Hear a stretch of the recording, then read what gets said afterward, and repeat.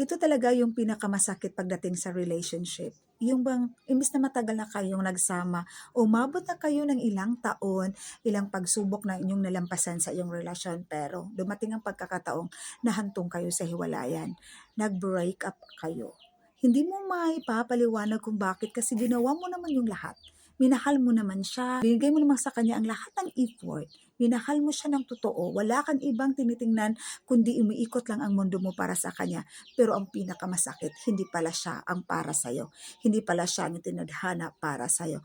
Ang sakit-sakit lang talaga na tanggapin na kung saan yung taong pinapahalagahan mo ay sa iba lang pala napunta.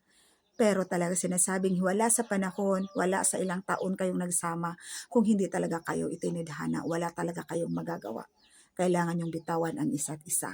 Ganun talaga ang pagmamahal, kahit anong pilit mong gawin kung ayaw na ng isa, wala tayong magagawa kundi tanggapin na lamang na kahit mahal mo pa siya ng buong buo, kahit mahal mo pa siya, gustong gusto mo pa siya, pero hindi ka na ang mahal niya. So wala tayong magagawa.